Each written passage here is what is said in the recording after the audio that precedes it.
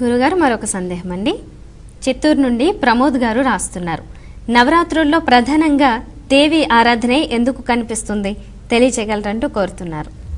అసలు నవరాత్రులు అంటేనే ఆశ్వయుజ మాసంలో అమ్మవారు ఆవిర్భవించింది, మహిషాసురుని మర్దన చేసింది, శుంభుల్ని చంపింది, వీటన్నిటికి మించి అరుణాసురుణ్ణి సంహరించింది. అసలు వీటికంటే కూడా గొప్ప రహస్యం ఉంది. దుర్గముడని ఒక రాక్షసుడు ఉన్నాడు. ఆ రాక్షసుడిని చంపడం కోసం అమ్మవారు ఆవిర్భవించింది. ఆవిడే శాకంభరి అనే పేరుతోటి జగత్ ప్రసిద్ధికి ఎక్కింది. శాకంభరి, అంతేగాని శాకాంబరి కాదు ఆవిడ.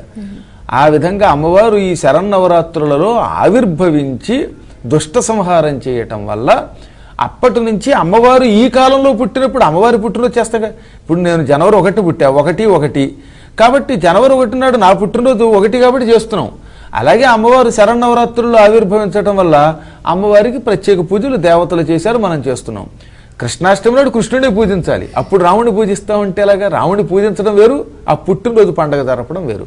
కాబట్టి దుర్గా నవరాత్రులు అమ్మవారి యొక్క ఆవిర్భావ దినములుగా భావించి ఆ తల్లిని పూజించడం అనేది సంప్రదాయం. అప్పుడు ఆ తల్లి ఆవిర్భవించడం వల్ల అసలు ఆవిడ పేరు కూడా దుర్గమాసుర సంహత్వాతు దేవి దుర్గేతి కచ్యతే. దుర్గముడిని చంపటం వల్ల దుర్గా అన్నారు. దుర్గని ఆ దుర్గా నవరాత్రుల్లోనే పూజించాలి. చాలా